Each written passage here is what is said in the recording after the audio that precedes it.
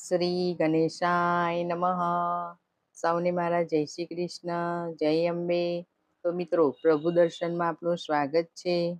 તો મિત્રો, આજના વિડીયોમાં આપણે દેવી કાંત્યાયની માતાની વ્રત કથા અને મહિમા સાંભળીશું. નવરાત્રિનો છઠ્ઠો દિવસ માતા કાંત્યાયનીને સમર્પિત કરવામાં આવે છે. તેમનું સ્વરૂપ અત્યંત ભવ્ય અને દિવ્ય છે. તેઓ સ્વર્ણની સમાન ચમકીલા છે. તેમની 4 ભુજાઓ છે. જમણી તરફની ઉપરની ભુજા અભય મુદ્રામાં છે અને નીચલી ભુજા વર મુદ્રામાં છે.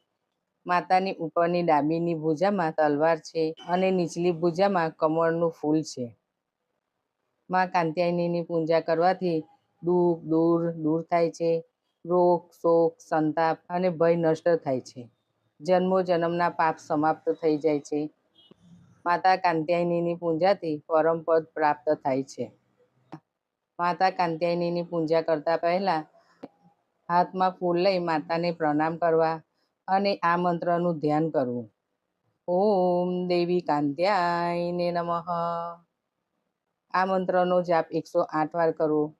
આ દિવસે દુર્ગા સપ્તશતીના 11મા પાઠનો અધ્યાય કરવો જોઈએ. પુષ્પ અને જાયફળ દેવીને અર્પણ કરી માતાની સાથે ભગવાન શિવની પણ પૂજા કરવી જોઈએ. આવી પૂજા કરવાથી ગૃહસ્થી અને લગ્ન યોગ્ય લોકો માટે ફળદાયી ફળ પ્રાપ્ત થાય છે. કન્યાઓ મનપસંદ વરની પ્રાપ્તિ માટે માતાની પૂજા કરે છે. હવે સાંભળીશું કથા. કાંત્ય ગોત્રમાં વિશ્વ પ્રસિદ્ધ મહર્ષિ કાંત્યાયને ભગવતી પરંબાની ઉપાસના કરી હતી. તેમની ઈચ્છા હતી કે તેમની ત્યાં પુત્રી પ્રાપ્ત થાય. માતા ભગવતીએ તેમના ઘરે પુત્રી રૂપમાં જન્મ લીધો, એટલે માતા કાંત્યાયની કહેવાયા.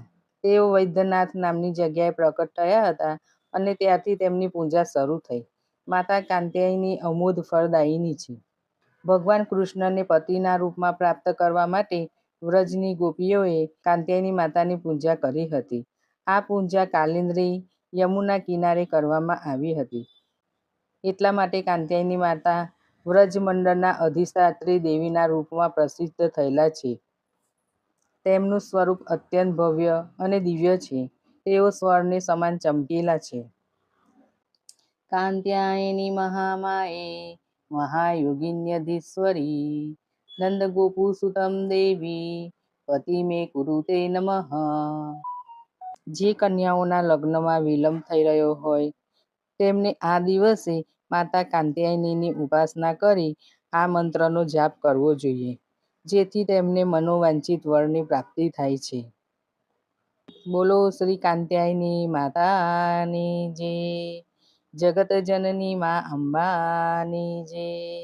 તો મિત્રો, તમને આ મારો વિડીયો પસંદ આવ્યો હોય તો લાઈક શેર જરૂર કરજો. સૌને મારા જય શ્રી કૃષ્ણ.